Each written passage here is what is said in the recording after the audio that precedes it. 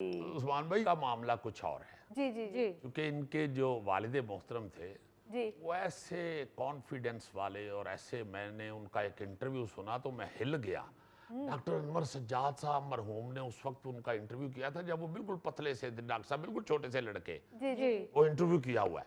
अच्छा। तो उसमें मैंने रफ़ी साहब की, पीर साहब की जब देख सुनी ना गुफ्तगू, हाँ जी ओ हो, इन्होंने तो बच्चों को घर से ही इतना ज्यादा कॉन्फिडेंस दिया हुआ। वाह वैसे तो ये सारी फैमिली जो है ना फरीद साहब, जी ये चल के सीधा जीसी में ही घुसे हैं गवर्नमेंट। अच्छा डायरेक्ट सारे राज वहीं पे एंट्री है। जी जी जी। वाह। जीसी में एक प्रॉब्लम था कि जीसी में पूरा खानदान था।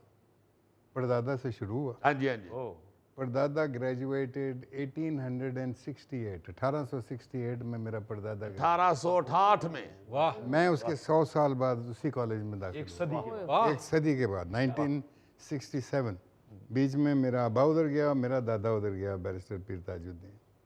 सो गवर्नमेंट कॉलेज के साथ एक रोमांस था हमारा। ओए होए होए। और फिर तो ये आर्ट वाला मामला जो है वो रफ़ी साहब की वजह से आप में आया लेकिन ना कि माहौल ऐसा था जी कि हमारा जो घर था 25 बहावलपुर रोड, उसका लॉन भरा होता था यंग आर्टिस्टों से। डॉक्टर अनवर सज्जाद क्या, तो कमाल अहमद रिजवी क्या, तो शोएब हाशमी, मतलब you name it, and all these young people loaded with के कुछ करना है और थिएटर करना है। Most of the people were theatre people. और थिएटर की एक अपनी बड़ी अच्छी रवायत थी, हालांकि बड़ा छोटा हॉल था आर्ट्स काउंसिल, अलमरा आर्ट्स काउंसिल का। एक मैं मोमेंट आपको बताता हूँ कि जिस तरीके से ट्रेडिशन को कायम रखा गया था। एक प्ले था, उसका नाम था वाइल्ड द सनशाइन, अंग्रेज़ी का प्ले था। वो मेरे बड़े भाई सलमान साहब ने डायरेक्ट किया हुआ था। उसमें सारे थे, शोएब हाशमी वगैरह सब लोग उसमें थे। तो हम अब्बा के साथ मैं और इमरान भी ड्रामा देखने आए। अब जब हम आर्ट्स काउंसिल पहुंचे तो हम लेट हो चुके थे, थोड़े से 3 मिनट पहले ड्रामा शुरू हो चुका था। एक लंबा सा आगे आदमी भी खड़ा था, 2-1 गाड़ियाँ खड़ी थी। मेरे अब्बा आए तो आर्ट्स काउंसिल का वो भागता हुआ आया, उसने कहा सर जी ड्रामा शुरू हो गया। तो अब्बा रुक गए। तो इतनी देर में वो जो लंबा आदमी खड़ा था उसने टर्निंग ली, उन्होंने कहा लाला रफ़ी, तो वो मेरे अब्बा के पास आ गए। अब वो दोनों बातें और हम कंफ्यूज हो गए कि असी ड्रामा नहीं देख पाएंगे आज। तो अब्बा ने हमें बुलाया, उन्होंने कहा इधर आओ बेटा, मीट चीफ जस्टिस कयानी। वो कयानी साहब थे, उन्होंने हाथ मिलाया हमसे, बड़े टॉल आदमी थे, मुझे I still remember, never forget. उन्होंने कहा लाला जी असी तो आज लेट हो गए, तो फिर चक्कर लासा वो they were not allowed to enter the play शुरू हो गया है। अभी 3 मिनट पहले शुरू हुआ। रवि पीर नहीं अंदर जा सकता, चीफ जस्टिस नहीं अंदर जा सकता। वाह वाह वाह वाह ये रवायत और ये ट्रेडिशन को आपने फॉलो किया था इससे। क्या बात है। तो वहाँ पे हमने बड़ा थिएटर देखा उस ज़माने में। मुझे अभी तक याद है गवर्नमेंट कॉलेज का प्ले जूलियस सीजर। मैं छोटा सा था, मैं अपने बड़े भाई के साथ गया था। ज़िया मुहिउद्दीन साहब राडा से वापस आए थे और उन्होंने आके ये उर्दू के अंदर जूलियस सीजर प्ले किया था शेक्सपियर का।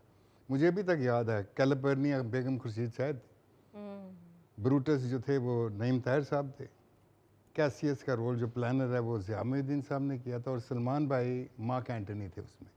क्या बात। I still remember open air theatre के अंदर वो ड्रामा। तो इस तरीके से शायद हमारी चाह शुरू हुई कि यार ये काम क्या है।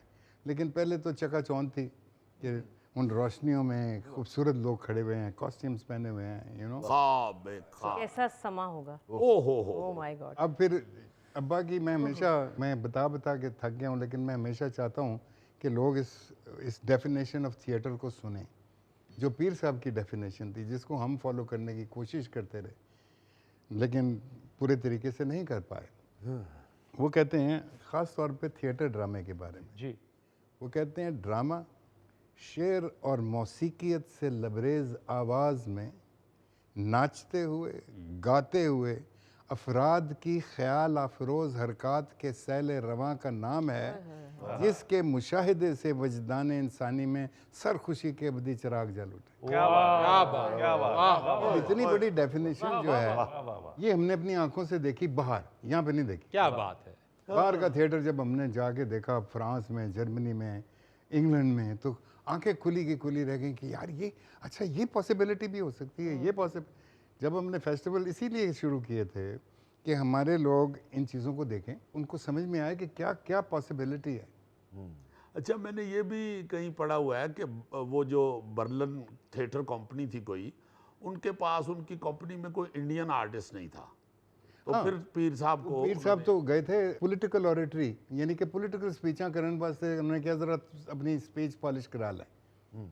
तो उधर जाके जब ऑडिशन दिया तो मार्क श्राइनहार्ट जो बर्टोल्ट ब्रेख्त का उस्ताद था, वो उस दिन आके बीच में बैठा हुआ था, पीछे देख रहा था। उसने कहा ये कौन है? उन्होंने कहा ये है इसका डोसियर। उन्होंने कहा कल बुलाओ। उसने कहा मैंने तुम्हारा पढ़ा, तुम ये अफोर्ड कर लोगे ये वाले लेसन्स जो हैं? तो अब्बा ने कहा हाँ जी कोशिश करेंगे। उनका अब्बा उनको कोई पैसे नहीं भेजता था। He was very angry with him कि उसने अपना करियर ऑक्सफोर्ड के अंदर तबाह किया और ये गोरे को मार पीट के ये इधर भाग के आ गया। तो पैसे उनको थोड़े बहुत उनके दादा भेजते थे, हमारे परदादा। तो वहाँ पे अंग्रेज़ी ज़ुबान सिखाते थे, अंग्रेज़ी ज़ुबान बहुत अच्छी तरह आती थी उनको। तो उन्होंने उसको कहा हाँ कर लेंगे। उसने कहा नहीं, अगर तुम 6 महीने का कोर्स है उसके बाद थिएटर में आके काम करना शुरू कर दो तो फिर हम तुमसे पैसे नहीं लेंगे, ये स्कॉलरशिप होगा। तो मुझे अभी तक याद है अब्बा कहते थे यार पहले इस आर्ट को तो पकड़ें, बाद में देखेंगे हम काम कर सकते हैं या नहीं काम कर सकते। वाह। So that's how the beginning was done. ओ हो। अब जब वापस आते हैं वो, ये 30s है, अभी वर्ल्ड वॉर 2 शुरू होने वाली है, यू नो, और उनको भागना पड़ा वहाँ से, बर्लिन से, क्योंकि नाज़ी पावर में आ चुके थे। और इधर एक लीडर थे बहुत बड़े, सुभाष चंद्र बोस, वो हिटलर के साथ ज्वाइन अप हो गए थे। ने हिटलर से डिमांड की थी कि जी आप वॉइस ऑफ बर्लिन जो रेडियो प्रोग्राम है उसके ऊपर एक उर्दू सर्विस शुरू करें ताकि हिंदुस्तान में कोई अपराइजिंग शुरू हो। उन्हें यही ठीक है। उन्होंने ढूंढना शुरू किया तो एक ही आदमी था, रफ़ी पीर, जो इंडिया से था। उस वक्त तो इंडिया ही था ना। तो उन्होंने उसको पकड़ लिया और उन्होंने कहा कि जी प्रोग्राम डिज़ाइन करो। अब्बा हेटेड द नाज़ीज़। दूसरी स्पीशीज़ जो जिनसे उनको नफ़रत तो नहीं मैं कहूँगा, कहते थे ये आर्टिफिशियल है, this will not exist, that was communism. क्योंकि he saw on the streets of Berlin communism की राइज उन्होंने देखी और देखा कि कितना ये सख्त और एक, वो कहते थे इंसान जो है ना वो मशीन नहीं है, हर बंदा मशीन नहीं है, हर बंदे का अपना एक एप्टीट्यूड है, उसकी अपनी एक परवाज़ है, उसकी अपनी एक राइज है, उसकी अपना एक इंटेलेक्ट है। वाह। जो हर बंदा इक्वल नहीं हो सकता इंटेलेक्ट वाइज, या अपने डिस्कवरी में टाइम लग सकता है कि आपके अंदर क्या उम्दा चीज़ है। ज़रूरी नहीं कि आप एक्टर बनना चाहते हैं तो आप एक्टर नहीं बन सकते, तो फिर आपके अंदर पता नहीं कितनी अल्लाह ताला ने सलाहियतें दी हुई हैं, आप पता नहीं क्या कुछ कर सकते हैं, और लेकिन आपको डिस्कवर करना पड़ेगा वो। तो उनकी ये राय थी। So anyways when he came back to India, तो जो जिन लोगों के साथ वो काम करके आए थे, जिधर वो सीख के आए थे, वो हिंदुस्तान में तकरीबन 150-200 साल आगे थे अपनी सोच में। ओए होए। अब जब ड्रामे आते हैं, उनको कहा गया कि जी पंजाबी ड्रामे की लैंग्वेज नहीं है।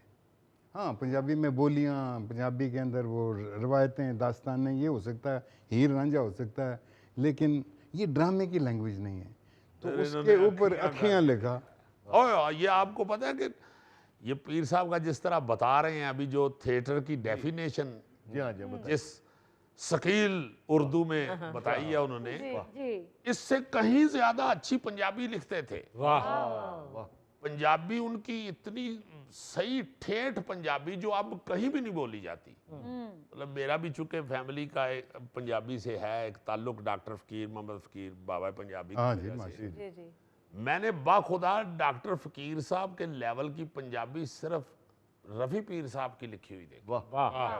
मैंने अखियां ड्रामा पहली दफा पढ़ा ना, तो मैं लिखा है यार ये एक गोरा आदमी जिन्होंने सारी तालीम अपनी बाहर और 18 साल की उम्र में चले गए थे, 35-36 साल की उम्र में वापस आए। मतलब सारी जवानी उधर गुजारी हुई है गोरों में।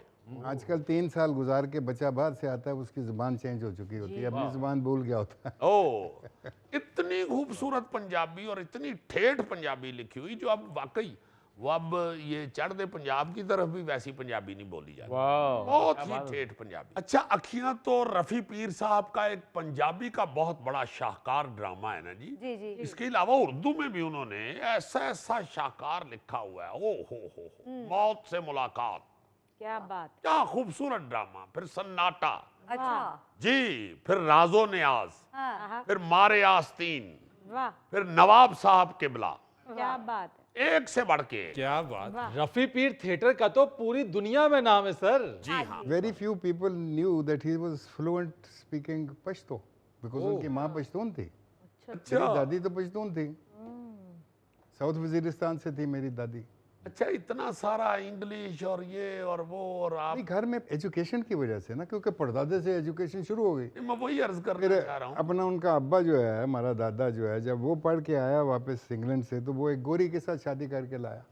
वो मेरे अब्बे की सेकंड मदर थी, वो अंग्रेज थी, जिसको हम ग्रैनेडियर कहते थे। उनसे कोई औलाद नहीं थी, इसलिए हम ही तो ग्रैंड चिल्ड्रन और सारा। अच्छा, ये जो बता रहे हैं इनके दादा बैरिस्टर पीर ताजुद्दीन, जी जी, वो अल्लामा इकबाल के बहुत ही क्लोज दोस्त थे, और बैरिस्ट्री के दौरान जो इन्होंने ब्रिटिश खातून से शादी की, पीर साहब की जो दूसरी दादी थी, जी जी उसका निकाह भी अल्लामा इकबाल ने करवाया था। अच्छा, ये जो बता रहे हैं इनके दादा बैरिस्टर पीर ताजुद्दीन, हाँ जी, उन्होंने भी तहरीक आज़ादी में भरपूर हिस्सा लिया, यहाँ तक कि वो पंजाब मुस्लिम लीग के जनरल सेक्रेटरी हुए।